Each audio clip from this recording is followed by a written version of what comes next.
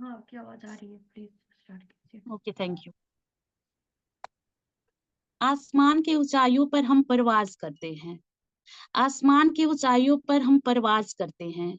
हमारे मेहमानों के सर सम्मान का हम ताज रखते हैं। विद्या की देवी माँ शारदा को सच्चिदा करके सभी गमों और चिंताओं को भुलाकर ज्ञान से भरी इस कार्यक्रम का हम आगाज करते हैं।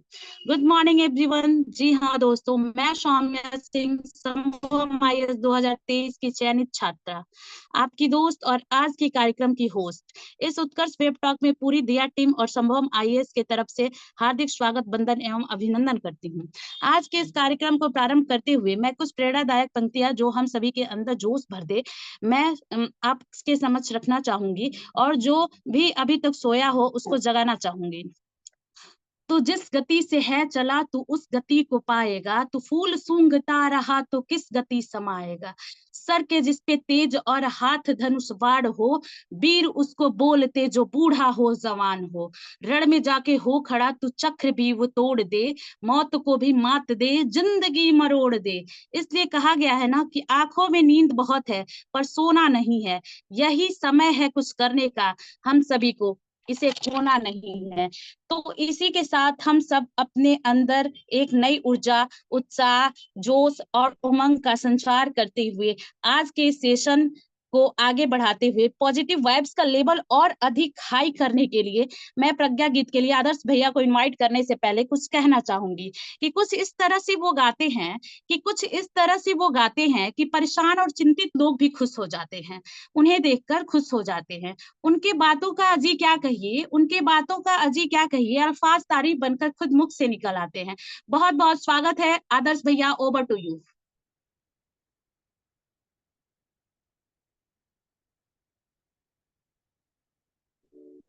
धन्यवाद सौम्या बहन। मेरी आवाज आ रही है? यस यस भैया। आप सभी को प्रणाम और आप सभी का एक बार फिर से स्वागत है, अभिनंदन है शनिवार के सेमिनार में। और आज कई दिनों बाद मैं जुड़ने का सौभाग्य प्राप्त हुआ आप लोगों से। बीच में कुछ व्यस्तता होने के कारण मैं नहीं आ पा रहा था।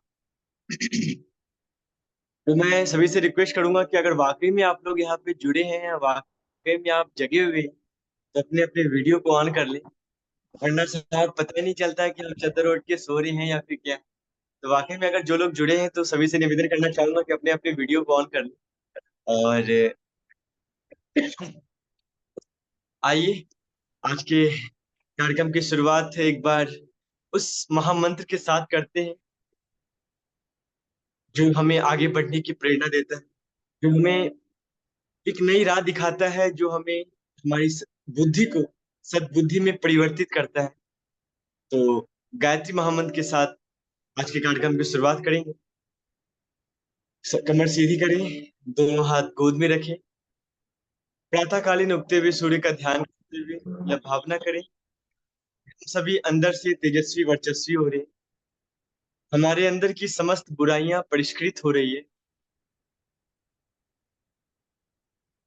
हमारी बुद्धि सद्बुद्धि में परिवर्तित हो रही है, सूर्य की प्रकाश की किरण हमारे पूरे शरीर में रोम रोम में आ रही है। ऐसी भावना करते हुए गायत्री महामंत्र मन ही मन हमारे साथ साथ बोलने की कृपा करें।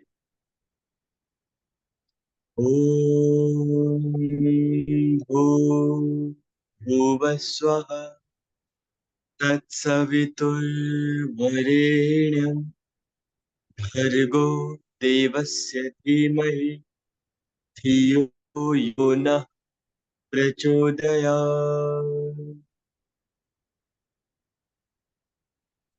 धन्यवाद। धीरे धीरे अपनी आंखें खोल।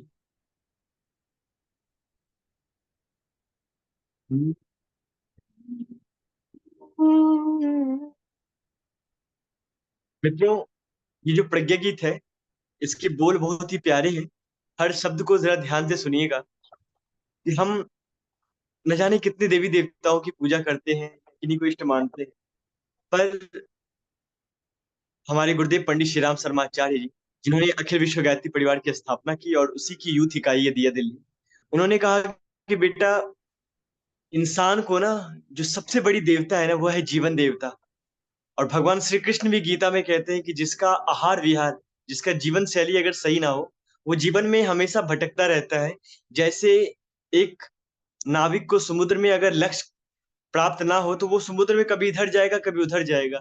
ठीक उसी प्रकार अगर हमारा जीवन देवता अर्थात हमारा जो जीवन, जो प्रतिदिन का हमारा दिनचर्या होता है, अगर वह हमारा व्यवस्थित ना हो तो हम जीवन में बस एक नाव की तरह कभी इधर कभी उधर भटकते हुए अपने जीवन को खोखला कर देते हैं, व्यतीत कर देते हैं, और कभी हम पहुंच ही नहीं पाते। जैसे घड़ी में पेंडुलम कभी इधर उधर होता है, वो टिक ही पाता। तो आइए, ये बड़ी प्यारी सी प्रज्ञा गीत है कि जीवन के देवता को आओ तनिक सवारे, जीवन ही देवता है क्यों और को पुकारे। हाय दयानु आरेनु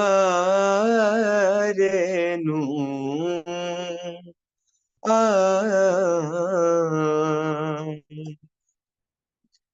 आनु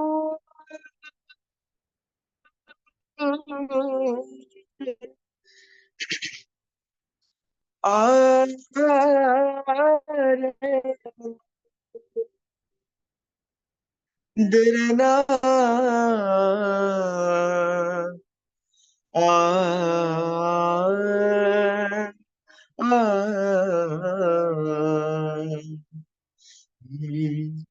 जीवन के देवता को आओ तनिक सवारे,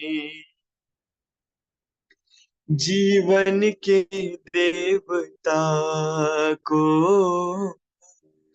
आओ तनिक सवारे, जीवन ही देवता है, जीवन ही देवता है क्यों और को पुकारे, जीवन देवता को आओ तनिक सवारे, जीवन के देवता को आओ तनिक सवारे, जीवन ही देवता है, जीवन ही देवता है क्यों और को पुकारे, जीवन के देवता को आओ तनिक सवारे। है आत्मज्ञान होता अपने को जानने से, है आत्मज्ञान होता अपने को जानने से, जीवन महान बनता अपने को साधने से, जीवन महान बनता अपने को साधने से, अपना सुधार करके देवत्व को निखारे, अपना सुधार करके देवत्व को निखारे, जीवन ही देवता है, जीवन ही देवता है क्यों और को पुकारे, जीवन के देवता को आओ तनिक सवारी।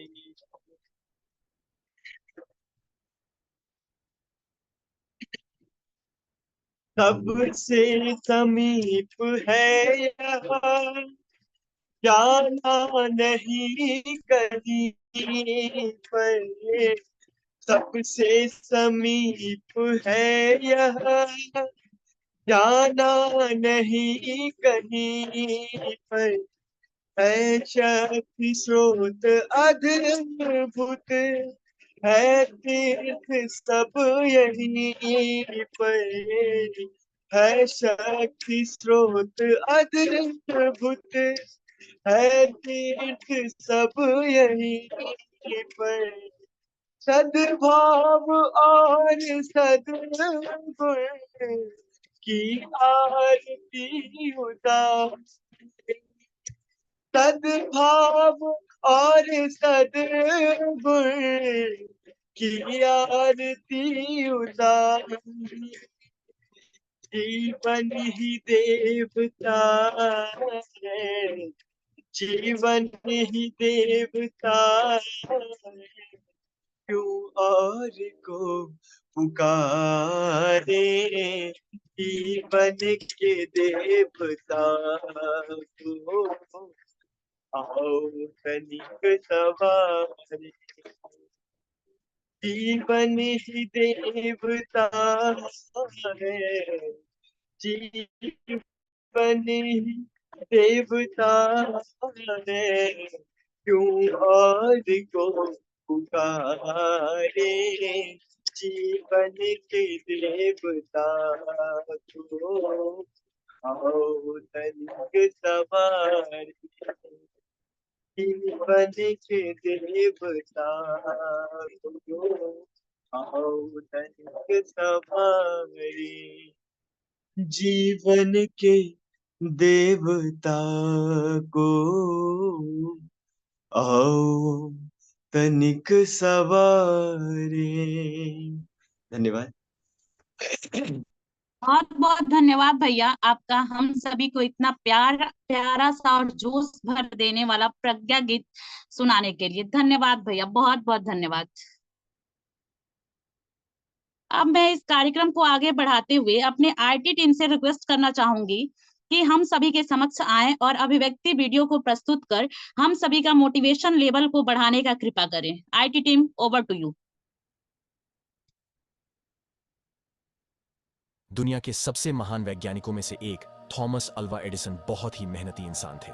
थॉमस एडिसन का जन्म रिक्वेस्ट करना 11 चाहूंगी फरवरी कि 1847 हम सभी के को समक्ष हुआ था आएं और मृत्यु अभिव्यक्ति 18 वीडियो को अक्टूबर प्रस्तुत कर 1931 हम को सभी हुई का थी। मोटिवेशन लेवल को बढ़ाने का कृपा करें। IT team, over to you.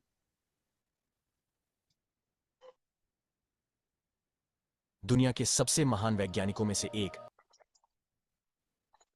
उन्होंने कई आविष्कार किए जिसमें से सबसे खास है बल्ब का आविष्कार। थॉमस अल्वा एडिसन को काम करने का नशा था। वे एक बार अपनी प्रयोगशाला में घुस जाते तो बाहर ही नहीं निकलते थे। उनकी इस आदत से उनकी पत्नी बहुत चिढ़ी सी रहती थी। एक बार तो एडिसन कई दिनों तक अपनी प्रयोगशाला से बाहर निकलने का नाम ही नहीं ले रहे थे। आखिरकार बहुत दिनों के बाद जब वे बाहर निकले तो उनकी पत्नी ने उनसे कहा, तुम दिन रात काम में लगे रहते हो, कभी तो छुट्टी कर लिया करो। एडिसन ने कहा, लेकिन छुट्टी लेकर मैं जाऊंगा कहां? पत्नी बोली, जहां तुम्हारा मन चाहे, जो जगह तुम्हें प्रिय हो वहां चले जाना। अच्छा, तो फिर मैं वहीं जाता हूं। ये कहकर एडिसन फिर अपनी प्रयोगशाला में घुस गए। तभी एडिसन को खबर मिली कि उनके कारखाने में भयानक आग लग गई। जीवन भर की उनकी कमाई नष्ट हो गई। दुर्घटना के बारे में सुनकर उनका बेटा चार्ल्स दौड़ा हुआ वहां पहुंचा। उसने देखा कि उसके पिता एक कोने में खड़े हैं। जाड़े की ठंडी हवा से उनके बाल लहरा रहे हैं। अपने पिता के लिए बेटे का दिल बिलख रहा था। चार्ल्स को देखते ही एडिसन ने जोर से कहा, तुम्हारी मां कहां है? उन्हें बुलाकर लाओ। ये चीजें उसे जीते जी कभी भी देखने को नहीं मिलने वाली हैं। अगले दिन अपनी अनेक उम्मीदों और सपनों को राख के बीच देखते हुए एडिसन ने कहा, तबाही की भी बड़ी कीमत होती है। हमारी सारी गलतियां जल जाती हैं। अब हम नए सिरे से जिंदगी शुरू कर सकते हैं। इस दुखद घटना के केवल 3 महीने बाद ही उन्होंने टेलीफोन का आविष्कार किया। ये कहानी हमें बताती है कि विपरीत परिस्थितियों में हमेशा धैर्य बनाए रखना चाहिए। एक बार बचपन में थॉमस एडिसन स्कूल से घर पहुंचे और अपनी मां को एक कागज दिया। थॉमस ने मां से कहा, मेरी टीचर ने ये लेटर दिया है, कहा है कि सिर्फ मां ही इसे पढ़ें। मां, इसमें क्या लिखा है? लेटर पढ़ते हुए मां की आंखों से आंसू आ गए। बेटे के सामने मां लेटर जोर जोर से पढ़ने लगी। लेटर में लिखा था, आपका बेटा जीनियस है। हमारा स्कूल बहुत छोटा है। हमारे पास थॉमस को पढ़ाने लायक अच्छे टीचर भी नहीं है। कृपया आप इसे खुद पढ़ाएं। उस दिन के बाद से जिंदा रहने तक मां ने थॉमस को खुद ही पढ़ाया। मां की डेथ के कई साल बाद थॉमस एडिसन दुनिया का महानतम आविष्कारक बन गया। मां की डेथ के बाद एक दिन थॉमस को टीचर का वो लेटर मिला। उसने लेटर खोला तो हैरान रह गया। लेटर में लिखा था, आपका बेटा दिमागी तौर पर कमजोर है। हम उसे नहीं पढ़ा सकते। हम उसे स्कूल से निकाल रहे हैं। लेटर में लिखी सच्चाई पढ़कर थॉमस इमोशनल हो गए। फिर उसने अपनी डायरी में लिखा, थॉमस ए एडिसन, जो दिमागी तौर पर कमजोर बच्चा था, उसकी मां ने उसे इस सेंचुरी का सबसे जीनियस इंसान बना दिया। इस बात से कोई फर्क नहीं पड़ता कि आज आपकी क्या कंडीशन है। अगर आज आप कमजोर भी हैं तो रेगुलर प्रैक्टिस से आप वहां पहुंच सकते हैं जिस मुकाम को पाने के सपने आपके पूरे खानदान में किसी ने नहीं देखे होंगे। बस आपको करना है निरंतर प्रयास और लगातार मेहनत, जो आपकी पूरी लाइफ को चेंज कर देगी।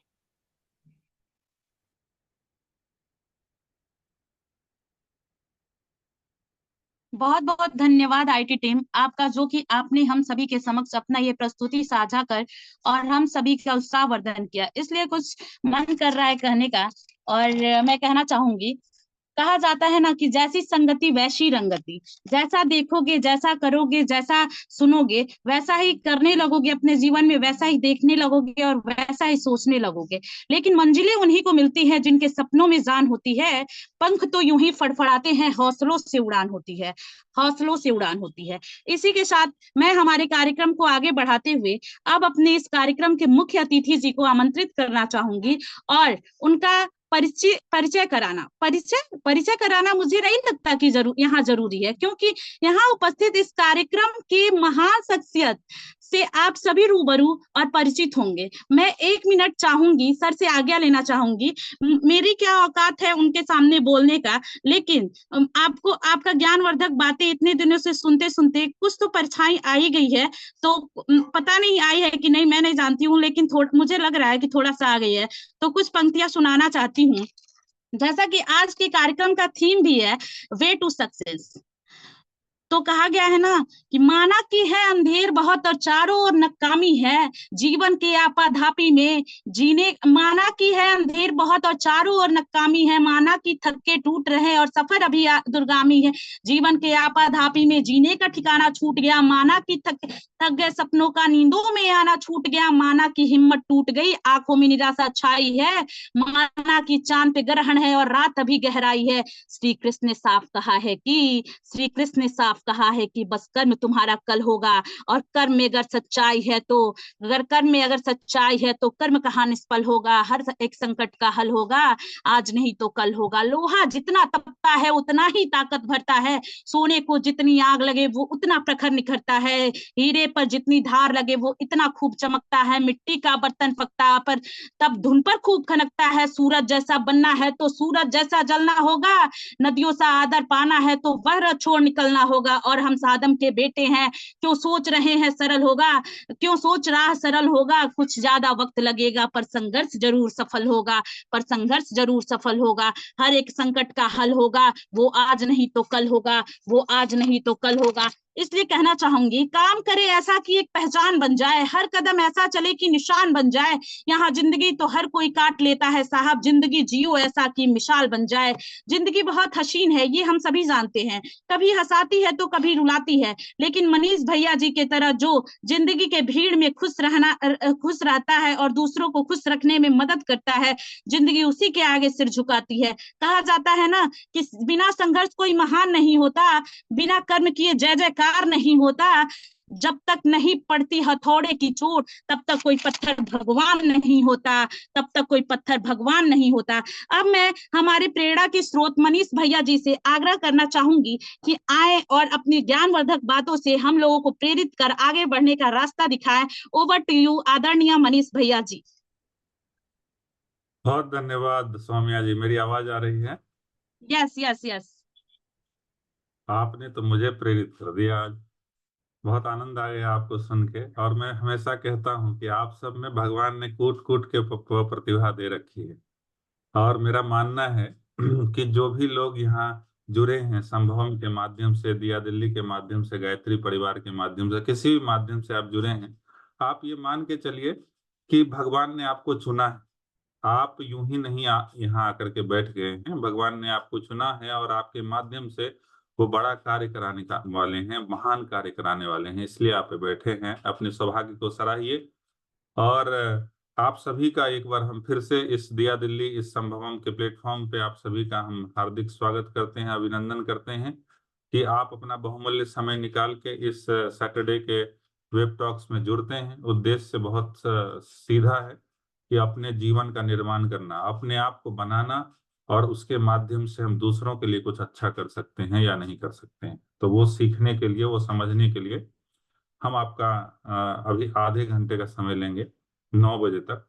और हम ऐसा मानते हैं कि आप जो भी लोग जुड़े हैं, इस भाव से जुड़े हैं कि यहाँ से कुछ ऐसा मिलेगा कि हमारे जीवन में वो आमूलचूल परिवर्तन होगा। तो आप सभी से आग्रह है कि कुछ लोगों का वीडियोस दिख रहा है, जिनका वीडियो नहीं दिख रहा है वो भी ऑन कर लीजिए, क्योंकि डॉक्टर को पेशेंट का चेहरा देखना बहुत जरूरी होता है, तो उसका जो है प्रॉपर इलाज हो सकता है। तो हमको भगवान ने डॉक्टर ही बनाया है, हम हैं पेशे से इंजीनियर, लेकिन भगवान ने डॉक्टर बनाया। गुरुदेव ने कहा है कि बेटा जाओ और युवाओं का डॉक्टर बनो, आज बहुत आवश्यक है, क्योंकि ये डॉक्टर आपको किसी क्लिनिक में नहीं मिलेगा। ये सफाई जो अंदर से करनी होती है, तो आप लोग बहुत निश्चिंत रहिए और इस भाव से रहिए कि कुछ विशेष मिलने जा रहा है। तो आप जहां भी हैं, जिनका वीडियो ऑन है सजग हैं, उपस्थित हैं, जिनका वीडियो नहीं ऑन है उनसे भी आग्रह है कि ये बहुत बहुमूल्य समय है, बहुमूल्य क्षण है, इसको मत गवाइए। इसको यूं ही मत गवा दीजिए कि अरे नहीं भैया तो हर एक सैटरडे आते हैं, कुछ अच्छा बोलते हैं चले जाते हैं। ऐसा नहीं है। मैं आपके पास जब आता हूँ तो आने से पहले बातें करके आता हूँ, पैकेज लेकर के आता हूँ, ठीक है। भगवान का टेलीफोन नंबर है मेरे पास, वो बताते हैं कि आज क्या टेबलेट की जरूरत है इन लोगों को, है ना, कितना टेम्परेचर बढ़ा हुआ है, कितना जो है क्या देना है। तो वो पैकेज हम आप सभी के लिए लेके आते हैं। तो आप ऐसा मत समझिए कोई मोटिवेशनल स्पीकर आता है झाड़ के चला जाता है, ऐसा कुछ नहीं है। आप ये मान के चलिए कि आपका जीवन बदलने जा रहा है। इस भाव से आप सभी बैठिए। आप सभी का एक बार फिर से बहुत धन्यवाद। जहां भी बैठे हैं अपनी कमर सीधी कर लीजिए, और जो जिनका वीडियो नहीं देख रहा है वो भी एकांत में कहीं जाके बैठ जाइए। आप सभी से आग्रह है कि अपनी कमर, क्योंकि एकाग्रता का जो पहला मूल मंत्र है वो कमर सीधी नहीं करेंगे तो ठीक से आपका बायो इलेक्ट्रिक करंट पास नहीं करेगा, ठीक है। तो वो बहुत जरूरी है। तो आप सभी से आग्रह है कि अपनी कमर सीधी कर लें, दोनों हाथ को गोद में रख लें, ऐसा ध्यान की मुद्रा है, ठीक है।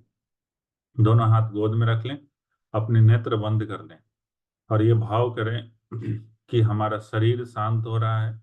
ये भाव करें और अपने शरीर को महसूस करने का प्रयास करें, शरीर को झांकने का प्रयास करें मन ही मन।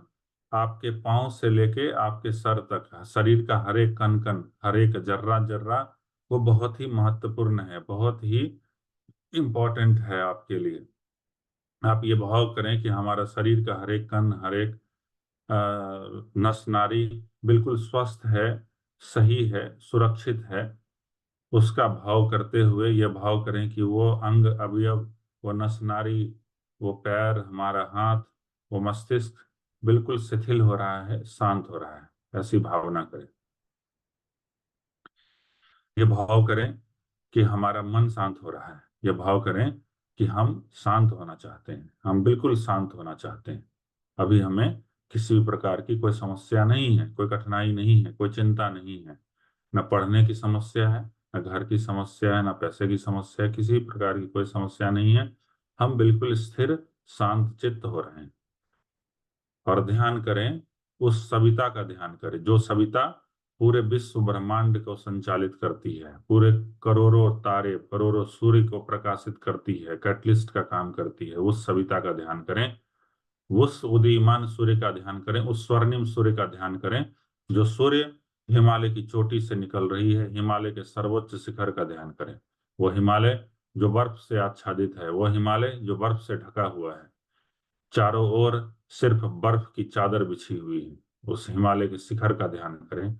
उस शिखर से धीरे धीरे वो सविता का प्रकाश, वो सूर्य का प्रकाश उस बर्फ के चादर से पे चमकती हुई धीरे धीरे उसकी किरण हम तक पहुंच रही है। हमारे शरीर पे, हमारे शरीर के कण कण में, हमारे शरीर के रोम रोम में वो सूर्य का प्रकाश फैल रहा है।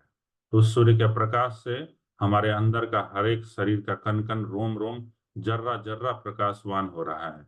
हम अंदर से ओजस्वी हो रहे हैं, हम अंदर से तेजस्वी हो रहे हैं, हम अंदर से वर्चस्वी हो रहे हैं, हम अंदर से पवित्र हो रहे हैं, बिल्कुल स्वच्छ हो रहे हैं।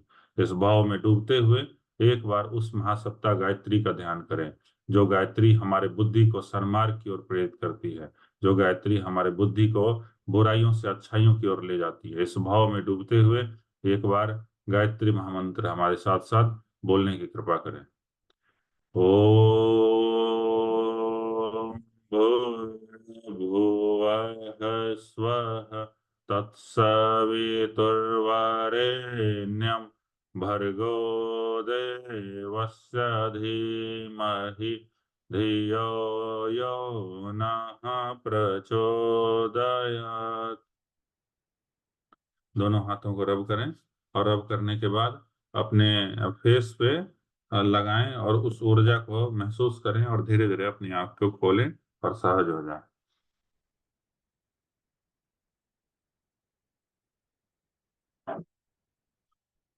परम पूज्य गुरुदेव, परम वंदनीय माता जी के सूक्ष्म उपस्थिति में यहाँ बैठे हुए, यहाँ विराजमान हमारे सारे युवा साथी भाई और बहन, आप सभी का हम हृदय से स्वागत करते हैं, अभिनंदन करते हैं, आपके सौभाग्य को सराहते हैं कि इस शनिवार के कार्यक्रम में आप सभी जुड़ते हैं कुछ नया बनने के लिए, कुछ नया कर गुजरने के लिए, अपने जीवन में उत्साह भरने के लिए, अपने जीवन में उमंग भरने के लिए, अपने अंदर जुनून पैदा करने के लिए।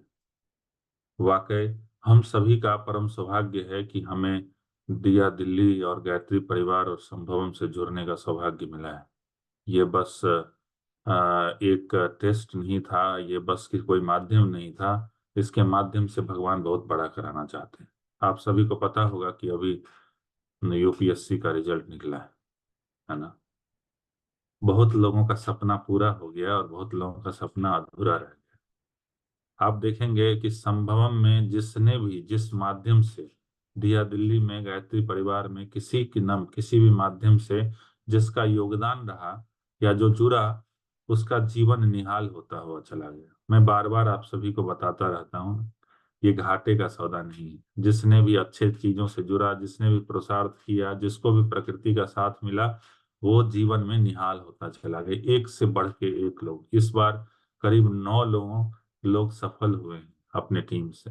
ये हम सभी के लिए परम सौभाग्य की बात है कि परम पूज्य गुरुदेव वंदनीय माता जी की कृपा जो है उन पे बरसती रही। मुझे याद है मार्च में जब युवा अभ्युदय का कार्यक्रम था तो उसमें कुछ लोग आए थे और बहुत क्लियर और स्पष्ट याद है कि वो हमसे मिलने आए कि भैया मेरा भी मेंस इंटरव्यू हुआ है। हमने देखा उनको और हमने बोला इस बार आपको कोई रोक नहीं रहा है।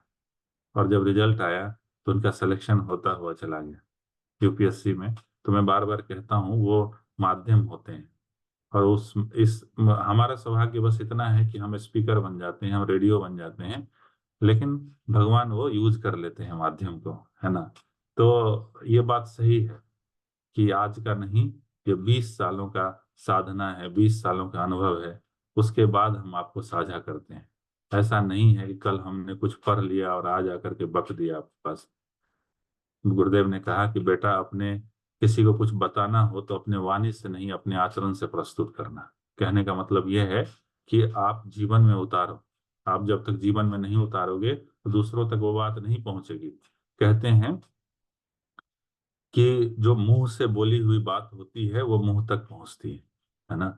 जो हृदय से निकली हुई बात होती है वो हृदय तक पहुंचती है, और जो चरित्र से निकली हुई बात होती है वो चरित्र तक पहुंचती है। तो आपको ये देखना होगा कि हमको क्या करने की जरूरत है, तब ही आपका प्रभाव बन पाएगा, तभी आप जीवन में सफल हो पाएंगे। तो हम सभी का परम सौभाग्य है कि हम एक बड़े उद्देश्य को लेकर के आगे बढ़ रहे हैं, एक ऐसा सपना, एक ऐसा ड्रीम को लेके आगे बढ़ रहे हैं जिसमें हमको कुछ बड़ा करना है। सबसे कहते हैं कि सबसे टफ एग्जाम माना जाता है, इसीलिए आपने देखा होगा कि बीच बीच में हम कुछ प्रयोग करवाते रहते हैं आप लोगों से।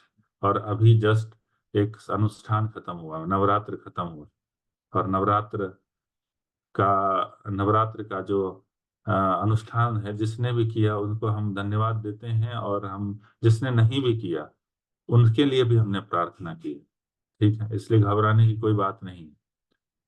ये जो है ना, देने की बात है। जब भी हम साधना करते हैं, जब भी हम यज्ञ करते हैं, जब भी हम कोई विधा करते हैं, तो हम अपने लिए कभी नहीं मांगते, हम हमेशा आप सभी के लिए मांगते हैं, क्योंकि आप सभी भारत के भविष्य हैं। आप सभी इस युग निर्माण योजना के बहुत बड़े करी हैं, आपको बड़ी जिम्मेदारी निभानी है। ठीक है, तो वो माध्यम कुछ भी हो सकता है ना। चाहे वो आपका यूपीएससी के माध्यम से आप करेंगे, आप पीसीएस के माध्यम से करेंगे, आप बिजनेस के माध्यम से करेंगे, आप कुछ भी कर सकते हैं, लेकिन उसमें समाज का हित होना चाहिए। दूसरों के हित में ही अपना हित है, ऐसा हमारा लंबा अनुभव है। ठीक है, तो हमारा ऐसा मानना है कि जो हम आज का टॉपिक है, आप ये जो टॉपिक है कि सफलता का क्या रास्ता है, कैसे हम वहां तक पहुंच सकते हैं। अगर आप लोगों से पूछा जाए कि आपके जीवन में सबसे महत्वपूर्ण चीज क्या है, सबसे महत्वपूर्ण, आप चैट बॉक्स में डालिएगा, हम देखना चाहते हैं कि आप सोचिए कि आपके जीवन में सबसे महत्वपूर्ण क्या है। आप सोचिए और उसको लिखिए। ठीक है, ठीक है, ठीक है, ठीक है। आप सोचिए कि आपके जीवन में सबसे महत्वपूर्ण क्या है। हमको सफल होना है ना, हम यहाँ बैठे हैं कि हमको जीवन में सफल होना है ना। तो इसीलिए ये बहुत जरूरी है ये जानना कि हमारे लिए सबसे इम्पोर्टेंट क्या है। ठीक है, बहुत अच्छा, बहुत अच्छा, बहुत सुंदर, बहुत उम्दा, बहुत बढ़िया। आते रहना चाहिए आप लोगों की तरफ से, जो भी बातें आ रही है ना मन में, आप लिख दीजिए, कोई दिक्कत नहीं। ठीक है, आपके जीवन में सबसे महत्वपूर्ण क्या है ना। क्योंकि हमको जीवन में सफल होना है, तो जीवन में सफल होना है तो आपको क्या करना होता है कि आप अपने जीवन में प्रायोरिटी डिफाइन करते हैं। पहले ये करूंगा, फिर ये करूंगा, फिर ये करूंगा, फिर ये करूंगा। तो सबने लिखा है, किसी ने लिखा है हैप्पीनेस, किसी ने लिखा है स्टडी, किसी ने लिखा है हेल्थ, किसी ने लिखा है पढ़ाई, किसी ने लिखा मम्मी पापा। लिखिए लिखिए, और पैसा तो अभी तक आया नहीं, कोई पैसा भी लिख दीजिए। ठीक है, किसी ने कोई लिख दीजिए पावर है, कोई लिख दीजिए कुछ है। ठीक है, बहुत अच्छा आपने लिखा है, आपका लेवल जो है बहुत अच्छा है। ठीक है, मैं आपको बता दूं, बहुत सिंपल और बहुत शॉर्ट में रखेंगे, लेकिन जो बात आप बताएंगे ना आज आपको, उसको बहुत गांठ बांध लीजिएगा। ठीक है, मोस्टली आ गया है, और बिल्कुल सही बात है कि जैसे किसी का पढ़ाई है इम्पोर्टेंट है ना, किसी को लक्ष्य प्राप्त करना है, किसी का गोल है, किसी का यूपीएससी होगा, किसी का कुछ होगा, किसी का कुछ होगा। लेकिन ये सारी बातें तभी तक संभव नहीं होगी। अच्छा, जितने भी लोग हैं उसमें कुछ लोग ऐसे होंगे जो कभी क्रिटिकल डिजीज से गुजरे होंगे, क्रिटिकल ऐसी अवस्था से गुजरे होंगे, तो उनको फील हुआ होगा कि नहीं, अगर हमारे जीवन में हेल्थ नहीं है तो कुछ नहीं। आप ये बात मानिए कि आपका शरीर अगर सही नहीं है ना, तो आप जीवन में कुछ नहीं कर सकते। आपका अगर शरीर सही नहीं है तो आप बताइए कि आपका मन सही हो सकता है? आपका मन सही नहीं हो सकता। आपका अगर दर्द है, आपको अगर पीड़ा है, तो आप कितना भी मन लगाइए, मन नहीं लगेगा पढ़ने में, चाहे आपको कुछ भी करने के लिए। आप इवन देखेंगे कि आप भी नहीं चाहते होंगे कि हम किसी पर डिपेंडेंट रहे, है ना। और कोई ज्यादा दिन तक आपका सेवा भी नहीं करेगा, मैं बता रहा हूँ, एक लिमिट होता है। इसीलिए सबसे महत्वपूर्ण चीज जो जीवन में है वो स्वास्थ्य है, और उस पे हम लोग ध्यान नहीं देते। और कब आपको पता चलेगा, पता, आपको पता चलेगा कि जब आपका एग्जाम होने वाला है और उसके हफ्ते महीने भर आपका स्वास्थ्य खराब हो गया, तब आपको समझ में आएगा कि नहीं, स्वास्थ्य से बढ़ के कुछ नहीं। स्वास्थ्य ठीक नहीं तो सारा मामला गलत, गड़बड़ा जाएगा, सारा मामला गलत हो जाएगा। मानते हैं नहीं मानते? सब मानते हैं। तो इसीलिए गुरुदेव ने एक संविधान है गुरुदेव का, युग निर्माण योजना का, उसमें एक रूल है, और वो ये रूल है कि शरीर को भगवान के मंदिर समझकर उसके आरोग्य की रक्षा करें। ठीक है, ये बहुत महत्वपूर्ण है। शरीर को भगवान का मंदिर समझकर इसके आरोग्य की रक्षा करें। करते हैं अपने शरीर को भगवान का, इससे महत्वपूर्ण चीज कुछ नहीं है आपके लिए, मैं बता रहा हूं। अगर आपका शरीर स्वस्थ नहीं है तो आप कुछ भी नहीं कर पाएंगे। हमने देखा है मैक्सिमम लोग ऐसे हैं जो सफल हुए हैं, उनका स्वास्थ्य सही रहा है। बहुत कम एक्सेप्शन ऐसे हैं जो अपने स्वास्थ्य पर ध्यान नहीं दिए। वो इफेक्ट पड़ता है, आपके समय पे इफेक्ट पड़ेगा, आपके मन पे इफेक्ट पड़ेगा, आपका जो है जर्नी पे इफेक्ट पड़ेगा, आपका टाइम खराब होगा, बहुत सारा चीज होता हुआ चला जाएगा अगर आपका स्वस्थ नहीं है तो। अगर आप आलस्य में हैं, अगर आप प्रमाद में हैं, तो आपको लगता है कि नहीं थोड़ा सा और सो लेते हैं, थोड़ा और सो लेते हैं, थोड़ा इग्नोर करते हैं, तो आपको लगता है मजा आ रहा है। मजा नहीं आ रहा है। मजा तो तब आएगा आपको जब योग करेंगे, आप प्राणायाम करेंगे, आप ध्यान करेंगे, आप सही भोजन करेंगे, तो आपके अंदर जो एनर्जी फील होगा उसकी आप कल्पना नहीं कर सकते। आपके अंदर जो कॉन्फिडेंस बिल्डअप होगा उसके बारे में आप कल्पना नहीं कर सकते। आप करके देखिए, आपका जीवन निहाल होता हुआ चला जाएगा। इसीलिए ये बहुत जरूरी है कि अपने स्वास्थ्य पे ध्यान दीजिए। और स्वास्थ्य आपका खराब हो, स्वास्थ्य आपका अच्छा हो, जैसा भी सिचुएशन हो उसको ठीक किया जा सकता है। परम पूज्य गुरुदेव पंडित श्री राम शर्मा आचार्य का मैं एक बुक पढ़ रहा था स्वास्थ्य से रिलेटेड, आप लोग भी पढ़ना चाहिए आपको। मैं पढ़ रहा था तो उसमें एक बहुत सारे एग्जाम्पल दिए हुए हैं। तो उसमें एक एग्जाम्पल था कि एक व्यक्ति था, वो इतना उसका स्वास्थ्य खराब रहता था, इतना उसका तबीयत खराब रहता था कि एक बार खांसता था तो एक बर्तन जो है ना उसका ये कफ निकलता था। उसका इतना हालत खराब था। लेकिन उसने कोई अच्छा विचार पढ़ा, उसने कोई स्वास्थ्य के बारे में पढ़ा, और उसके बाद जब अपने ऊपर लगा शरीर को ठीक करने के लिए, तो आने वाले समय में वो दुनिया का सबसे बड़ा पहलवान बन के निकला।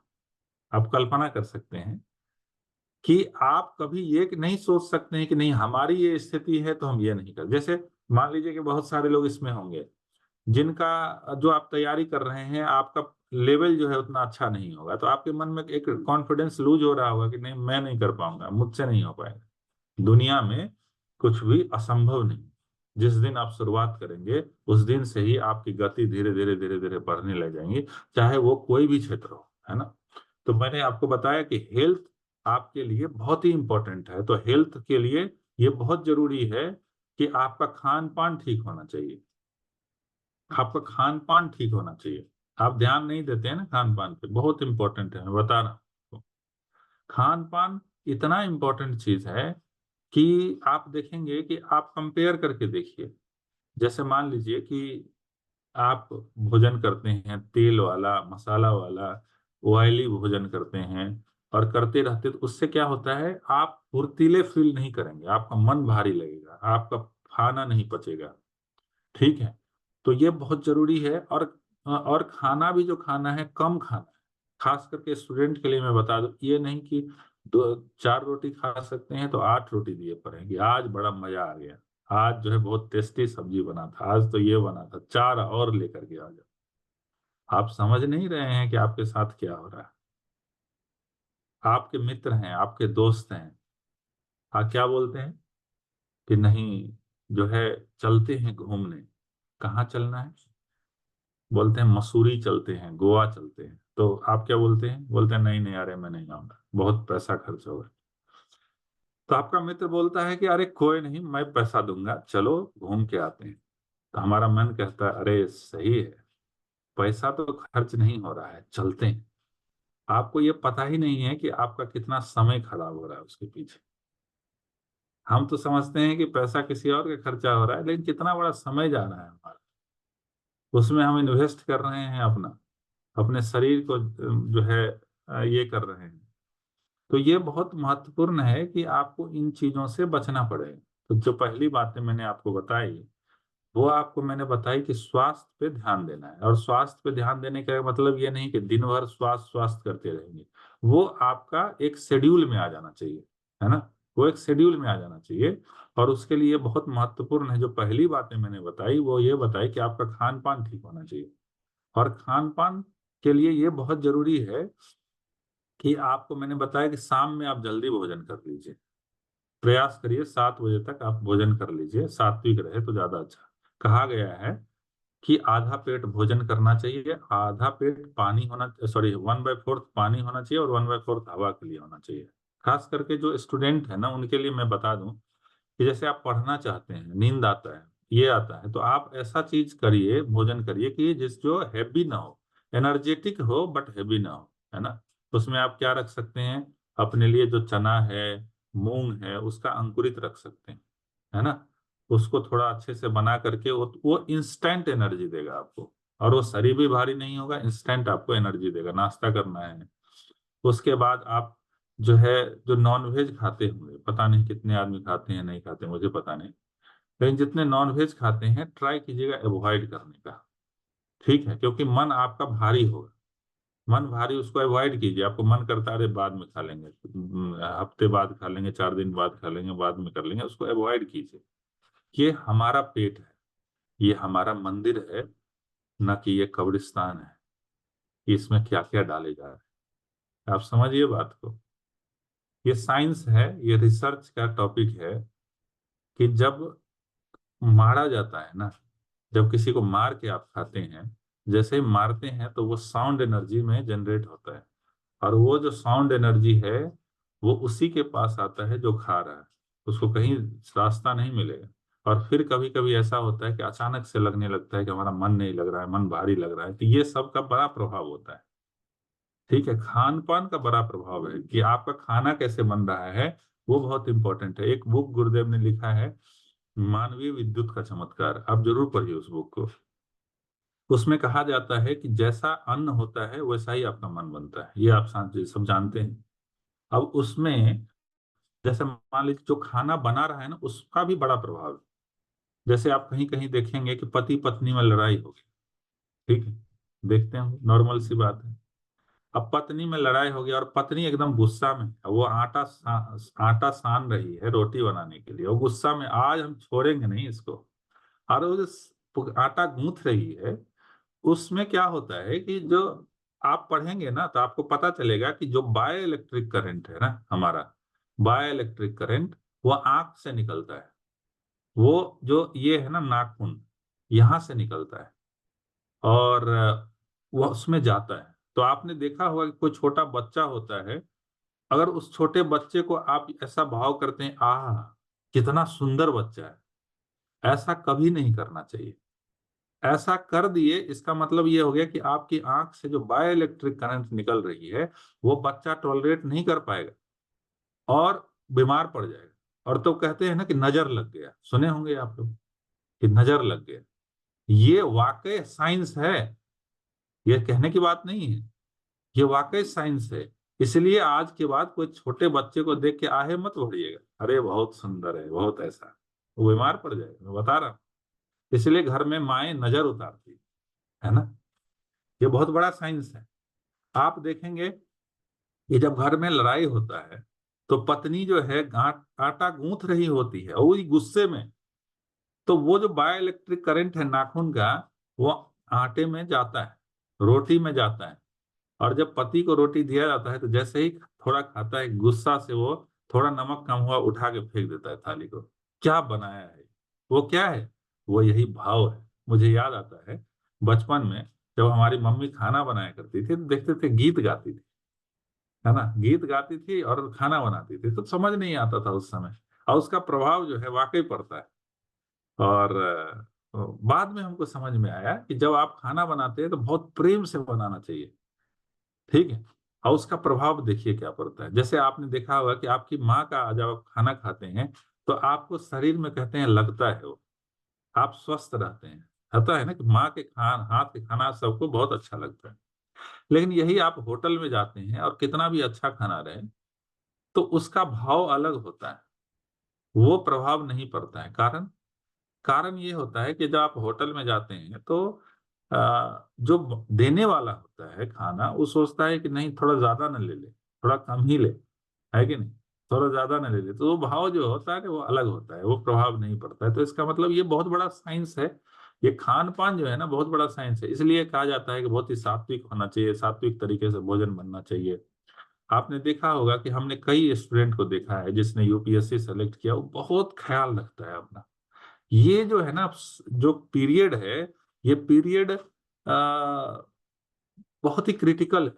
आप लोग नॉर्मल बिहेव मत कीजिए, आप लोग तपस्या करने के लिए आए हैं। तपस्या, आपको तपस्या का मतलब आपको सारे डिस्ट्रैक्शंस को कट डाउन करना पड़ेगा, समझ रहे हैं, जितना भी डिस्ट्रैक्शंस हैं उसको कट डाउन करना पड़ेगा। आपके मोबाइल में जो व्हाट्सअप जो जरूरी है उसको रखिए, टेलीग्राम जितना जरूरी है उतना रखिए, जो फेसबुक है अलग बलर चीज है वो सबको हटा दीजिए। मैं आपके स्वास्थ्य के लिए कह रहा हूँ, आपके भविष्य के लिए कह रहा हूँ। आपने कभी ऐसा किया कि मान लीजिए आपको देखना है, सोशल मीडिया देखना है, तो पता नहीं चलता, घंटों बीत जाते हैं क्योंकि हम एडिक्ट हो गए। तो उसके लिए कंट्रोल करना पड़ेगा। कंट्रोल करना कैसे स्टार्ट करेंगे? जैसे मान लीजिए कंट्रोल नहीं होता है तो कैसे करेंगे कि ठीक है, आज मैं जितना देर सोशल मीडिया देखूंगा खड़ा होके देखूंगा, ठीक है, बैठ जाऊंगा तो बंद कर दूंगा। यहां से स्टार्ट कीजिए। सोशल मीडिया देखते हैं कोई बात नहीं, जितना देर देखूंगा खड़े होके देखूंगा, ठीक है। देखना है तो मैं सुबह ही देखूंगा, 3 बजे सुबह देखूंगा, 6 बजे शाम में देखूंगा, मतलब थोड़ी देर के लिए देखूंगा, ठीक है। धीरे धीरे धीरे धीरे उसको इग्नोर कर दीजिए। तो जितने भी डिस्ट्रैक्शंस हैं उससे बचने का प्रयास करिए, ठीक है, क्योंकि वो समय खाता है आपका। और जब समय आपको देना पड़ेगा, आप जिसका जितना बड़ा कार्य कर रहे हैं उसके लिए समय लगाना पड़ेगा। तो पहली बात मैंने आपको बताई कि हेल्थ, ठीक है। तो हेल्थ बहुत जरूरी। एक दिन का उपवास कीजिए आप। जो मैं बोल रहा हूँ वो सूत्र है, सीधा सीधा सूत्र है वो। एक दिन का उपवास कीजिए। क्यों उपवास कीजिए? आपके शरीर की सफाई होनी बहुत जरूरी है। आपने देखा है कि गाड़ी का सर्विसिंग कराना पड़ता है ना। आज हमको गाड़ी का सर्विसिंग में देना है तो मुझे बात याद आ गई। गाड़ी को सर्विसिंग करवाना पड़ता है, अपने शरीर का सर्विसिंग नहीं करवाइएगा। अपने शरीर का सर्विसिंग कराना, आपके पेट की सफाई करनी बहुत जरूरी है। आप अपने पेट की सफाई नहीं करेंगे तो बहुत सारी बीमारियां हो जाएंगी, बहुत सारी गंदगी फैल जाएगी। कैसे गंदगी फैलता है आपको पता है? जैसे हम खाना खाते हैं तो कुछ ऐसे भोजन होते हैं जिसमें मैदा होता है। जब कभी पिज्जा खा लिया, कभी इधर की वो चीज खा ली, कभी उधर का चीज खा लिया, तो क्या करता है कि जब खाना आपके अंदर जाता है तो जो आपकी आंत होती है ना, तो उसमें चिपक जाता है जाके। वो जो फास्ट फूड होता है, मैदा होता है, ये सारा चीज ना चिपक जाता है। अब वो निकले नहीं। अब वो नहीं निकलेगा तो वो क्या करेगा? दुर्गंध पैदा करेगा, बीमारियां पैदा करेगी, उससे गैस्ट्रिक होगा, तरह तरह की बीमारियां पैदा होती है। तो 80% रोग जो है आपका पेट से होता है, ठीक है। तो 80% रोग आपका पेट से होता है। तो सुबह आपको पानी पीना अनिवार्य है। अगर तांबा के जग में आप रात में रख देते हैं और उस चीज को 2 गिलास घूट घूट करके पीते हैं तो आपका 80% रोग का निवारण ऐसे ही हो जाना है, ठीक है। तो ये बहुत जरूरी है। तो उसको सफाई करने के लिए उसका एक ही उपाय है कि आप किसी दिन, चाहे बृहस्पतिवार को कर लीजिए, चाहे संडे को कर लीजिए, जिस दिन ज्यादा आपका मूवमेंट ना हो। और जब उपवास करते हैं तो उस दिन एक ही चीज करना है, नींबू पानी जितना पी सकते हैं पीजिए। नींबू और पानी। क्यों ऐसा? इसलिए क्योंकि जब आपके पेट में वो जाएगा तो आपके आंत की सफाई करेगा, क्लीन करेगा, ठीक है। उसके बाद आप पवित्र हो जाएगा, आपका शरीर हल्का हो जाएगा, आपका मन हल्का हो जाएगा, आपको पढ़ने में मन लगेगा। समझ रहे हैं? शाम में आप कोई हल्का खाना ले लीजिए, दूध रोटी ले लीजिए, कुछ ऐसा चीज ले लीजिए कंफर्टेबली। नहीं, ऐसा नहीं कि सुबह उपवास किया, लाओ मटर पनीर लेके आओ, लाओ कढ़ाई पनीर आज चलेगा, आज मानने वाला बात नहीं, अब बहुत हो गया। तो मामला सब उल्टा पड़ जाएगा। जो भी आप उपवास किए वो उसका उल्टा पड़ जाएगा, तो कोई फायदा उसका नहीं होगा, ठीक है। तो इस बात का ध्यान रखिएगा, आप लोग जरूर कीजिए एक दिन का उपवास। खान पान में इस बात का ध्यान रखिए कि जैसे हम बोलते हैं ना कि बहुत सारे लोग ऐसे हैं खिचड़ी खाते थे, जो यूपीएससी की तैयारी करते थे, किसी तरह का कोई प्रेशर ही नहीं, वो जूस रखते थे, वो केला, ड्राई फ्रूट्स, ये कुछ कुछ ऐसे चीज रखिए जिससे हमको शरीर में एनर्जी मिले, हल्का रहे मन, एनर्जी मिले। शाम में बैठिए, आप लोग नाद योग कीजिए। मैं बहुत इंपॉर्टेंट चीज बता रहा हूँ। सुबह तो ध्यान करिए ही करिए। सुबह 15 मिनट का 6 बजे के आस, जैसे क्या होता है ना, दिन भर आप पढ़ते पढ़ते थक जाते हैं, आपको लगता है आप टायर्ड हो गए, अब कुछ करने का मन नहीं कर रहा है, तो शाम में आप थोड़ा स्प्राउट्स ले लिए, इंस्टेंट एनर्जी आ गया। उसके बाद 15 मिनट, ठीक 15 मिनट आप यूट्यूब पे सर्च कीजिएगा नाद योग, शांति कुंज या गायत्री परिवार करके। तो उसमें आपको जो नाद योग है उसमें साउंड का ध्यान करना है। और उस साउंड किस चीज का रहता है? भगवान शिव के डमरू का आवाज और कृष्ण के बांसुरी का आवाज रहता है, ठीक है। उस पे आपको साउंड पे ध्यान करना है। आप करके देखिए, आपका नहीं जीवन में आमूलचूल परिवर्तन आ गया, आपका कंसंट्रेशन नहीं बदल गया, तो फिर बताइए 1 हफ्ता के अंदर अंदर में आपको अंदर से झकझोर देगा। आपको लगेगा मैं कुछ भी कर सकता हूँ, इतनी एनर्जी, इतनी मोटिवेशन आपके अंदर आ जाएगी। नोट कर लीजिए, नाद योग, यूट्यूब पे सर्च करना है आपको। वो गायत्री परिवार का होगा, माता जी करवाती हैं उसको। उसको 15 मिनट कान में लगा करके उसी साउंड पे ध्यान कीजिएगा। इसको साउंड मेडिटेशन कहते हैं, ठीक है। शाम में उसको कीजिए, ठीक। एक ये मेडिटेशन है। एक मेडिटेशन है त्राटक कहते हैं। त्राटक में क्या होता है कि आपका ना, ये कहते हैं यहाँ का त्राटक कहते हैं, इसको जागृत करने का एक विधा है, ठीक है। तो उसके लिए क्या करते हैं कि एक दीप जलाते हैं, रूम अंधेरा करके एक सामने दीप जलाते हैं, आंख के सामने करीब 1-1.5 फीट दूर, और वो जला लीजिए और 1 मिनट तक खुली आंखों से उस दीप के लौ को देखिए, और पूरा हवा नहीं होना चाहिए, बिल्कुल शांत होना चाहिए, अंधेरा होना चाहिए।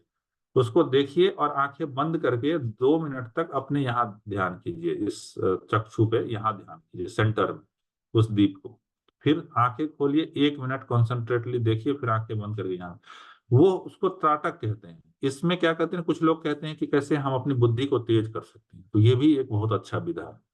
ठीक है, इससे क्या होगा ना, आपको मदद मिलेगा, आपके कंसर्न, आपका जो डिस्ट्रैक्शंस हैं उससे बचने में मदद मिलेगा, आपको मेमोरी पावर बढ़ेगा। किसी को ऐसा लगता है कि नहीं भैया हमको तो बिल्कुल एकदम डल लगता है, हमारा ब्रेन एक्टिव नहीं है, तो आप क्या कर सकते हैं, शंख पुष्पी और ब्राह्मणी का पाउडर आता है, चूर्ण आता है। ठीक है, देखिए इसमें लिंक आ गया मैसेज बॉक्स में नादयोग का। तो मैं क्या कह रहा था कि ये चूर्ण आता है, आयुर्वेदिक पाउडर है, शंख पुष्पी और ब्राह्मणी। ठीक है, तो वो जो है ना आपके दिमाग को बहुत तेज करता है, बहुत शार्प कर देगा वो। तो उसमें क्या करना है, सुबह सुबह 1 चम्मच ले लीजिए आप। ठीक है, सुबह खाली पेट। वो आपको कहाँ मिलेगा, देखिए वो आपको मिल जाएगा, देखिए और का तो हम नहीं बता पाएंगे, लेकिन जो जहाँ भी गायत्री परिवार का या शांति कुंज का सेंटर है ना, वहाँ आपसे मंगवा सकते हैं, वहां से मिल सकता है, चाहे ऑनलाइन आपको मिल सकता है। AWGP परचेज करके एक साइट है, आप सर्च कीजिएगा उस पर, तो उस पर भी मिल सकता है आपको, आप मंगवा लीजिएगा और 1-1 चम्मच आप ले सकते हैं, तो उससे बड़ा फायदा करेगा। ठीक है, दूसरा देखिए, आज का जो बातें बता रहे हैं ना, सारे सूत्र है, वो नोट कर लीजिएगा, नहीं तो इधर से आएगा दिमाग से, उधर से निकल जाएगा। ठीक है, एक और इम्पोर्टेंट चीज बताते हैं आप, जैसे मान लीजिए कि शरीर में थकान लगता है एनर्जी फील नहीं कर रहे हैं, एनर्जी लेस है बिल्कुल, तो आपको लगता है, तो अश्वगंधे का चूर्ण आता है। ठीक है, मतलब जो हमने चूंकि देखा है ना, वो फैक्ट्री हमने देखा है जहाँ ये बनता है ना, वहाँ हरिद्वार में ये फैक्ट्री, हमको एक बार याद है कि एक ट्रक एक बार अश्वगंधे का आया था, ये पौधा आया था, तो उसको चेक किया गया, हमारे सामने की घटना है, उसको चेक किया गया, उसमें अच्छा प्रोडक्ट नहीं लग रहा था, उस पूरे ट्रक को लौटा दिया गया, क्योंकि प्रामाणिकता ही हमारा सबसे ये है। हम लोग बिजनेस नहीं करते हैं, जो गायत्री परिवार है ना बिजनेस नहीं करती। ठीक है, लेकिन और सब संस्था आप देखते होंगे ना बिजनेस करता है, लेकिन हमारा अपना ऑर्गेनाइजेशन बिजनेस नहीं करता। आप देखेंगे जब वहाँ शांतिकुंज में जाएंगे तो रहने का भी फ्री है, भोजन का भी फ्री है, सब कुछ फ्री है। तो ये बिजनेस बिल्कुल नहीं है। आप देखते होंगे कि अपने संगठन में कभी कोई सामाजिक कार्य के लिए कभी कोई पैसा नहीं मांगा जाता। तो मैं क्या बता रहा था आपको कि अश्वगंधे का चूर्ण जो है युवाओं के लिए बहुत जरूरी है, 1 चम्मच आप ले सकते हैं। जो हमारी बहनें हैं उनको, उनके लिए सतावर आता है, ठीक है, सतावर का चूर्ण आता है, वो 1 चम्मच ले सकते हैं। ठीक है, तो आपको देखेंगे कि मोस्टली आपका समाधान हो जाएगा। आई मीन इससे रिलेटेड आपको कोई इशू नहीं आएगा। ठीक, हम आयुर्वेदाचार्य नहीं हैं, लेकिन गुरुदेव का साहित्य पढ़ पढ़ के बहुत सारा चीज इम्प्लीमेंट जीवन में हमने किया है और बहुतों को लाभ मिला है इस चीज का।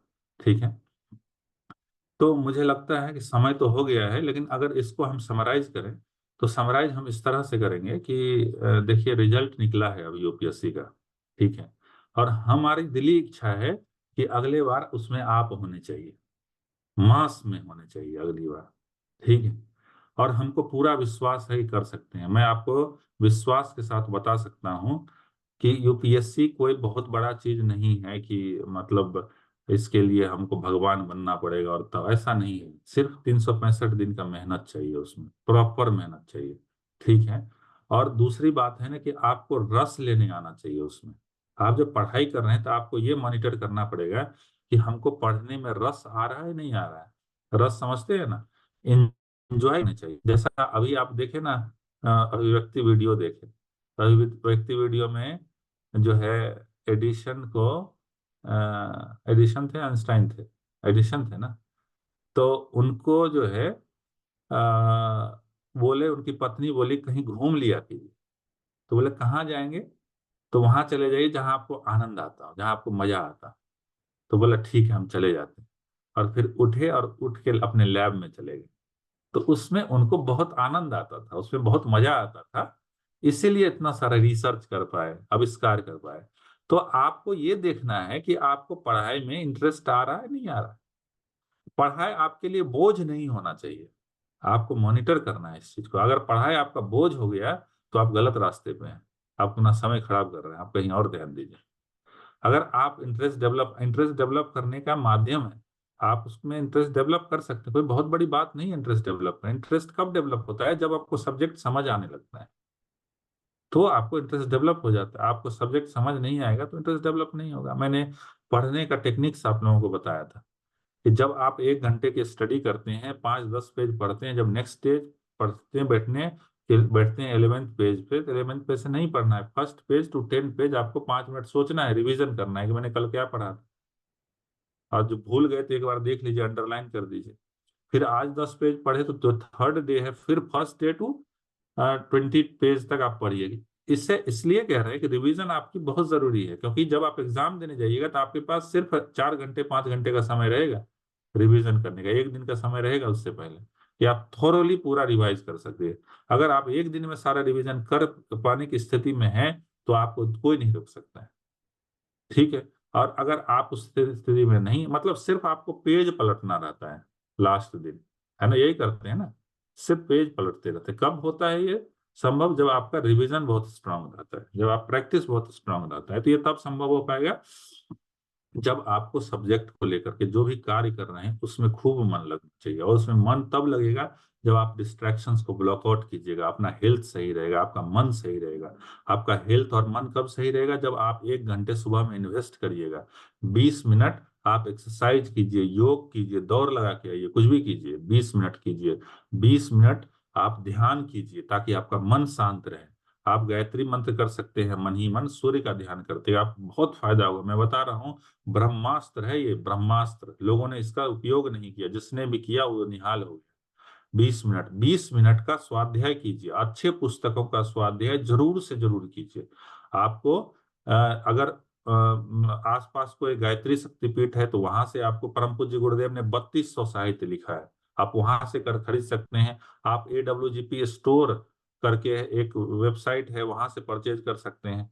आप ऑनलाइन पढ़ने में उतना मजा नहीं आता है। अगर आप पढ़ पाते हैं तो AWGP वेबसाइट है www.awgp.com, ऑल वर्ल्ड गायत्री परिवार, उसके लिटरेचर सेक्शन में आप जाएंगे तो उसमें सारे बुक्स अपलोडेड है, ठीक है, वहां जाकर के आप पढ़ सकते हैं। मतलब आप 20 मिनट जरूर पढ़िए, ठीक। उसके बाद 1 घंटे तो ये की, उसके बाद 10 मिनट आप क्या कीजिए, अपने गोल को रिवीजन कीजिए। आप एक्सेल सीट में चाहे कॉपी में जो भी आप लिख रखे हैं कि हमको इतने दिनों में ये करना है, तो उसको देखिए कि हमने कितना अचीव किया अपने गोल में। नहीं तो आप भूल जाते हैं कि हमने कुछ गोल सेट भी किया था। तो उसको डेली 5 से 10 मिनट रिवीजन कीजिए अपने लक्ष्य को कि हमको इतना गोल मैंने अचीव किया, कर लिया है, इतना बचा हुआ है, इतना ये करना है, इतना ऐसे आगे बढ़ना है, ठीक है। बताने के लिए बहुत सारी बातें हैं। समय जो है बहुत इंपॉर्टेंट है, बहुत कीमती है। और हमारा ऐसा मानना है कि आज जो भी बातें बताई गई वो कोई भाषण प्रवचन नहीं था, वो सूत्र था। परम पूज्य गुरुदेव ने जो आप तक पहुंचाने को मुझे बोला, मैंने पहुंचाने का प्रयास किया आप तक। एक तो चीज ये हो गया। दूसरा, एक काम और करिएगा कि अपने जीवन में सेवा का महत्व जरूर दीजिए।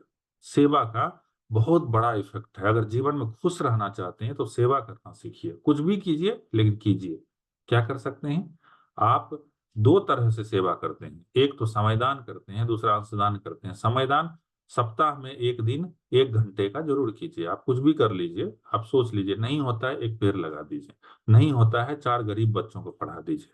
2 घंटे थोड़ा सा उसको अच्छी बातें बता दीजिए, महापुरुष की जीवनी सुना दीजिए, प्रेरित कर दीजिए उसको, कुछ भी करके उसका। और उसका फोटो खींच करके ग्रुप में जरूर डालिए कि उससे क्या होता है, दूसरों को प्रेरणा मिलती है, उससे दूसरों को भी लगता है कि नहीं मुझे भी करना चाहिए, ठीक है। और उसमें और क्या कर सकते हैं आप? उसमें और आप क्या कर सकते हैं, अगर आपके पास कुछ नहीं है तो आप दिया दिल्ली में कुछ कंट्रीब्यूट करना चाहते हैं किसी भी पार्ट से, तो आप वो कर सकते हैं। आप उससे भी नहीं हो रहा है तो आप कहीं भी जैसे हम क्या करते थे, वो थोड़ा सा टफ काम है लेकिन करना चाहिए। गुरुदेव का जो साहित्य होता था वो हम घर घर लेके जाते थे हॉस्टल्स में, और हॉस्टल में लेके जाते थे और हम बोलते थे कि हम लाइब्रेरी चलाते हैं, फ्री लाइब्रेरी चलाते हैं, क्योंकि आपके पास समय नहीं है आप लाइब्रेरी में जाके पढ़ो, तो आपके पास हम आए हैं कि आप, ये बहुत अच्छा साहित्य है, मैं फ्री में देता हूँ आपको, आप पढ़िएगा और नेक्स्ट वीक जो है हमको लौटा दीजिएगा। क्योंकि आज का जो सबसे बड़ी समस्या है ना युवाओं का, वो है कि युवाओं का विचार जो है ना पतित हो गया है, वो सड़ गया है, वो गल गया है। उसको दलदल से कैसे निकालिएगा? उसको अच्छे विचारों से जोड़ के आप विवेकानंद का साहित्य दे करके, कलाम जी का साहित्य दे करके, परम पूज्य गुरुदेव पंडित श्री राम शर्मा आचार्य का साहित्य देके आप फिर हफ्ते के बाद उसको चेंज कर लीजिए, दूसरा साहित्य दे दीजिए, फिर वो साहित्य। तो ये क्या होता है पता? इससे क्या होता है, देखिए सफलता के दो पैमाना है। लास्ट में मैं कंक्लूड करता हूँ इस चीज को। सफलता के दो पैमाना है, एक पुरुषार्थ है और दूसरा प्रकृति का साथ है। पुरुषार्थ मतलब ये हुआ कि मेहनत, मेहनत का कोई विकल्प नहीं हुआ। इतना मेहनत कीजिए, इतना मेहनत कीजिए कि आपको समझ नहीं आ रहा है कि लवासना का क्या एक्सपोजर है। कभी सोच के देखिए ध्यान में, जब ध्यान करने के लिए बैठे तो आप ये सोचिए कि मैं लवासना पहुंच गया हूं। वहां जब पहुंचा हूं तो सैल्यूट मुझे मिल रहा है। आपको यूपी चौधरी का वीडियो देखिएगा, जब युवा अभ्युदय में वो आए थे, दिया दिल्ली यूट्यूब चैनल पे अपलोडेड है। जब मैं युवा अभ्युदय में उनको बुलाया था, तो वो कह रहे थे कि जब हम लवासना का बुझाने का बहुत शौक था और मसूरी में गए तो वहां से भगा दिया कि भागो यहाँ से, एंट्री नहीं है। तो उसी दिन मैंने सोच लिया था कुछ भी हो जाए पहुंचूंगा तो मैं यहीं।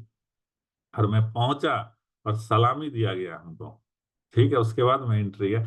लवासना अपने आप में जो है एक मोटिवेशन है ना। आप वहां पहुंचिए, उसके बाद आप कल्पना करके देखिए, आप किसी डिस्ट्रिक्ट का आईपीएस बन गए, एसपी बन गए, एसएसपी बन गए, आप किसी डिस्ट्रिक्ट का डीएम बन गए। आप कल्पना करके देखिए कि आप कितना बड़ा कार्य कर सकते हैं। आप अगर एक अच्छे इंसान हैं, आप संवेदनशील इंसान हैं, आप ऑनेस्ट पर्सन है, तो आप कितना बड़ा कार्य कर सकते हैं, आप सोच नहीं सकते। सेवा का कितना अवसर आपको मिलेगा, आप जो चाहेंगे वो कर सकते हैं। उसके उसके एवज में ये जो 10 घंटे की पढ़ाई करना है, ये बहुत ही कम है। आप समझ रहे हैं ना, ये 8-10 घंटे की पढ़ाई करना बहुत कम है जो आपको मिलने जा रहा है। आप समझ नहीं रहे हैं कि आप अपना समय का मर्डर कर रहे हैं, मर्डर, अगर समय बर्बाद कर रहे हैं। आपको जो मिलने जा रहा है, आपको आटे और दाल का भाव बाद में समझ में आएगा, जब आप मेहनत नहीं करेंगे और बाद में जब आपको प्राइवेट सेक्टर में नौकरी करना पड़ेगा, तब आपको समझेंगे कि ओहो, समय था मेरे पास, करना कुछ नहीं था, दरवाजा अंदर से बंद करना था, लाइट जलाना था छोटा सा, और बुक लेकर के बैठना था, और एकदम कान में जो है वो पट्टा लगाना था। वो पट्टा समझते हैं ना, जो घोड़े को लगाया जाता है। घोड़े को क्यों लगाया जाता है वो पट्टा? वो इसलिए लगाया जाता है कि जब घोड़ा दौड़ रहा होता है तो उसको बगल में हरियाली दिखती है, और जैसे हरियाली दिखती है तो वो अगर पट्टा नहीं रहेगा तो कूद जाएगा खेत में घास चरने के लिए। Woods are lovely dark and deep, but I have promises to keep, miles to go before I sleep, miles to go before I sleep. ये दुनिया बहुत सुनहरा है, ये जंगल बहुत सुनहरा है। Woods are lovely dark and deep, बहुत जबरदस्त है। मन करता है मूवी देख ले, दोस्त का फोन आता है, मन करता है गर्लफ्रेंड बना ले, उससे बातें करे, रात रात भर अपना समय का मर्डर करे, खूब मन करता है। बॉयफ्रेंड बना ले, हमारे रूममेट को तो बॉयफ्रेंड है, उसको तो गर्लफ्रेंड है, हम भी बना लेते हैं। आप समझ ही नहीं रहे हैं आप क्या कर रहे हैं। आपको मैंने कहानी सुनाई थी ना, आपको मैंने कहानी सुनाई थी कि आज आपके भले मित्र हो जाएंगे, लेकिन जब वो बन जाएंगे तो आपको लात मार के भगा देंगे। समझ रहे हैं? दुनिया का एक ही सबसे बड़ा रहस्य है, आपसे महत्वपूर्ण व्यक्ति कोई नहीं। हम जमाने से नहीं है, जमाना हमसे, जवान हम जमाने से हैं, जमाना हमसे नहीं। इस बात का ध्यान रखिए कि हम अपने आप को बनाएं, अपने आप को मजबूत बनाएं। गुरुदेव ने एक बुक लिखा, कमजोर रहना दुनिया का सबसे बड़ा अपराध है। बड़ी मछली छोटी मछली को खा जाती है। वीर भोग्या वसुंधरा, जो वीर होते हैं ना, इसी वसुंधरा को भोगते हैं, सब नहीं भोग पाते। इसलिए अपने आप को मजबूत बनाइए, अपने आप को स्ट्रांग बनाइए, ठीक है? खूब स्ट्रांग बनाइए, खूब, यही समय है वो। तो 1 साल, 1.5 साल, 2 साल ऐसा पढ़िए, ऐसा पढ़िए कि फिर दुनिया को भूल जाइए, ठीक है? और जो बातें अभी हम बात कर रहे हैं ना, इसके लिए बहुत इंपॉर्टेंट है कि आप अच्छे चीजों से जुड़ेंगे तो आपका मोटिवेशन लेवल बरकरार रहेगा, ठीक है? इसीलिए कभी भी सैटरडे वेब टॉक्स मत छोड़िए। कभी समय मिले तो कुछ अच्छा काम करने को मत चूकिए, क्योंकि मन है ना, मन हमेशा गिरना चाहता है, मन हमेशा नीचे की तरफ जाना चाहता है, उससे बचना बहुत जरूरी है। तो बात करने के लिए बहुत सारी बातें हैं, बहुत सारे लोग जुड़े हुए हैं। आप सभी के लिए हम प्रार्थना करेंगे, परम सत्ता से, गुरु सत्ता से हम प्रार्थना करेंगे कि आप लोग खूब मेहनत करिए, आपको मिलेगा। एक ये हो गया पुरुषार्थ। दूसरा होता है प्रकृति का साथ। आपने देखा है कि बहुत सारे लोग कहते हैं कि यूपीएससी लक का फैक्टर भी होता है ना। जो व्यक्ति बहुत मेहनत किया और 2 मार्क्स से छूट गया उसका, तो क्या वो व्यक्ति मेहनती नहीं था? वो भी उतना ही मेहनती था जो 2 मार्क्स से छूट गया और जो इसका 2 मार्क्स से हो गया। तो यहाँ लक फैक्टर काम करता है कि नहीं करता है? करता है। और वहां सहयोग आपको मिलेगा, प्रकृति का साथ मिलेगा। कब? जब आपने कुछ अच्छा कार्य किया होगा। कुछ भी आपने जीवन में अच्छा कार्य करेंगे तो उसका रेपरकेशन आपको मिलना तय है। ये नियम है, बो और काटो, बो और काटो, बो और काटो। आप जब बोएंगे तो जरूर काटेंगे। एक चीज तो ये हो गया अच्छा कार्य। दूसरा चीज है, कुछ भी अंशदान जरूर कीजिए। अच्छे कार्य ऐसे नहीं होते हैं, आपका भी एक ईंट लगना चाहिए। जो भी संभव हो सके आपके अंदर ना देने की प्रवृत्ति डेवलप होनी चाहिए।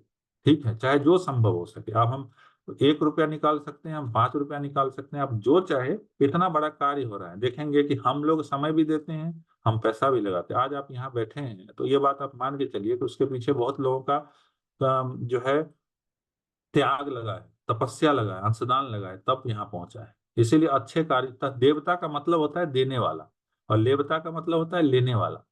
तो आपके अंदर धीरे धीरे वो गुण डेवलप होना चाहिए देने वाले का। जितना संभव हो सके, जितना संभव हो सके आप महीने का 50 रुपया निकालिए, 100 रुपया निकालिए, 150 रुपया निकालिए, 500 रुपया निकालिए जरूर अच्छे कार्यों के लिए। अब सवाल है कि कहाँ हम डोनेट कर सकते हैं? जहां भी आपको सही लगे।